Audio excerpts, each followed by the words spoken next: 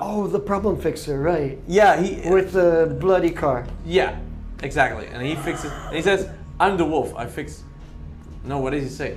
I don't even remember what he says, but he says something along the lines of, "I'm Mr. Wolff. I fix problems" or something. And we were like at that time in the Netherlands, we were looking around and we didn't think there was a lot of cool music going on, and the music that we love to listen to that automatically like came out when we jammed together. We didn't see that happening anywhere, so we were like, let's fucking do this. Fix the problem. Let's fix the problem. Okay, so that's how the band formed, and you and your brother, and there's a third guy. Yeah, so me and my brother, we've been playing together since forever. So we had two adjacent. Forever is a long time. It is a long time. Yeah, we had two like adjacent rooms in our little house at my parents' home, and I would open the door and I'd stand in the hallway with my guitar. I had my amp blasting in my room, and his drum kit was in his room, and then we would jam away. We've been doing that ever since he started drumming, like since he was 8, I think. And then at one point we invited Robin, who was a friend that we met at a youth choir. You know, I was 9 and I joined this youth choir in the band. I mean, I play guitar, and then Robin also went there, and he also played bass guitar at first, and then keys, and then we became good friends. And I always had this wish to start a band with Robin and my little brother Luca. And then we just met up for like a jam. We jammed like we did that like 10 times before I asked the awkward question, "Are we a band now?" And then we came up with the name, started playing, and then people liked what we did, and we were a little surprised because we were taking we had like a jam and we just jammed songs for like 30 minutes, 4 songs in 2 hours, stuff like that. And then when people liked that, we were like, okay, let's keep on doing this. And you like the 70s sound. When did Robin buy the Hammond? Well, so we were like very much under the radar for like 1 or 2 years, and then all of a sudden we got invited to play on this national television show. It's called DeWolff in 2008 or 9. Anyway, we were invited and we were like over the moon. We were like, oh my god, this is going to be our big breakthrough. And then a day before the recording, they called us and said, "You do have a real Hammond organ, right?" We were like, no. I mean, we were teenagers. We couldn't afford Hammond organs. We had this like shabby little keyboard, digital keyboard. And then they said, at the television show, they said, "We can only have you on the show if you have a real Hammond." So then we rented a real Hammond, did the TV show, and then that's basically the start of our success. How did you guys discover the blues, or how did you get to play blues? The blues specifically, like weirdly, I discovered the first time I met the blues was listening to early Fleetwood Mac. I just, I had like what's it called, pocket money from my parents, like the allowance. Okay, yeah. And like €5 every week or something like that. And from those €5, I went to the record store and just looked at all the CDs that were €5, and then I saw Fleetwood Mac Greatest Hits, the old one. Yeah. And I bought that, and then I listened to it at home. I was like, what is this music? But it was my only CD at that time, or maybe I had like 3 others, and so I just listened it over and over again until it became part of my identity. And then you built a home studio, and you're also recording albums for other artists? Yeah, the home studio was like a thing that slowly evolved. Like at first it was really like a home studio. I always had this passion or obsession with analog recording, and I first bought like a cassette tape recorder and a cheap mixing desk, and I wanted to do stuff analog. And then I slowly upgraded, and then started recording bands, started making a little money from that. All of the money I made went back into like buying shit. And then, before I knew it, we had a pretty cool studio setup with like a small reel-to-reel recorder, and we made pretty cool demos. And then we went to the United States to record our album there because people around us were saying, "But you're not ready to record an album yourselves yet." We were like, "Oh, maybe you're right." We went to the United States, learned a lot from that experience, and then the next album we were like, okay, I think if we buy like a decent console and this and that, we can make our own record. And that's when the studio became like a real studio. So now we have like a 24 track, 2-inch reel-to-reel and some... Where are you from in Holland? Where's the home studio? It used to be in the south where we're from. Then we moved to Utrecht. It was there for 10 years and that's where it got like professional or whatever. And then 2 years ago we moved back to the south and now it's there again.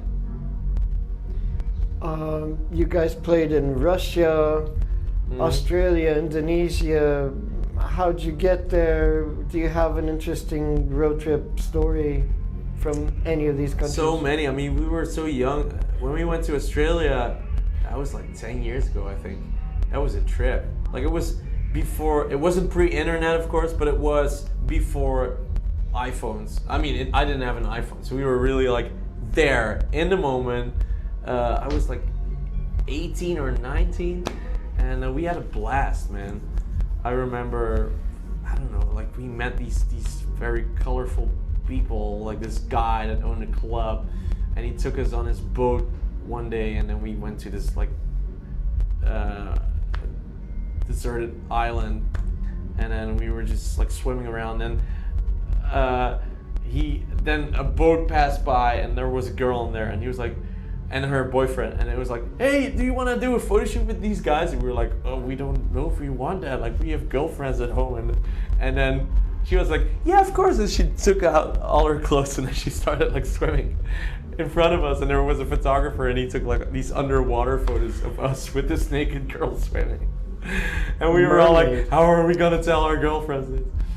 And in Russia, man, we did 3 shows in Russia, like in separate occasions, and one of them was just 24 hours in Russia, and all this crazy stuff happened. Like there was a guy right in front of me in the audience, had blue hair, he was all naked, and he was like pumped up, and we were like building up towards this climax in a song, and then the guitar solo came, and he just fell to the floor and started doing push-ups, naked. And there were strippers on stage without, like, unbeknownst to us, they hired 3 strippers, and we were like, what the fuck is this? And for 3 songs they stayed doing their act, and it's, you know, it was, at first it was like really cool and funny. After three songs though, it was starting to get a little annoying, and I was like, okay, you know, I missed like cues because there were boobs in my face instead of Robin's face, you know, we couldn't see each other. Eye contact. And then they went off stage. I was like, okay, nice, finally. And then 3 new ones came back on stage, and they just stayed there for the whole show. Wow, I want to go to Russia too. Yeah. Well, back in those days, maybe. Okay, so then we had the lockdown, the pandemic. What was it like playing live after COVID for the first time? Well, to be completely honest, like I had been looking toward playing in front of an audience for so long, like those full 2 years, that when the moment was finally there, I was too nervous to like enjoy it, basically. But it was, you know, it felt good, obviously, but it was like, it took some getting used to again. I think it took me like 3 or 4 shows before I felt comfortable on stage again. Wow. And your latest album, what does Love, Death, and In Between mean to you? Well, there's what the album means to me, and there's what the title means to me. What the album means to me is that we had COVID, 2 years of lockdown, and we weren't allowed to play live, blah, blah, blah, blah, blah. And we hadn't made an album in that time. And some of the songs in isolation, some of them we did like write and play together. And then it was fun, but at the same time, when the record came out, we were like, okay, but the next record, we really want to like do as much live as possible.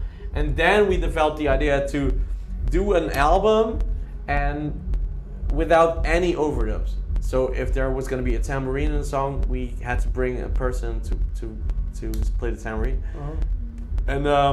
And we went to the studio in France, Kerouac's, that's like filled to the brim with 50s and 60s vintage equipment, and we invited like 8 or 9 friends, musicians, to come along with us, and we had like breakfast and lunch and dinner together, and then we played like the songs and everything live, vocals and everything, and that's you know, I have very warm memories of that recording time. Like a one take?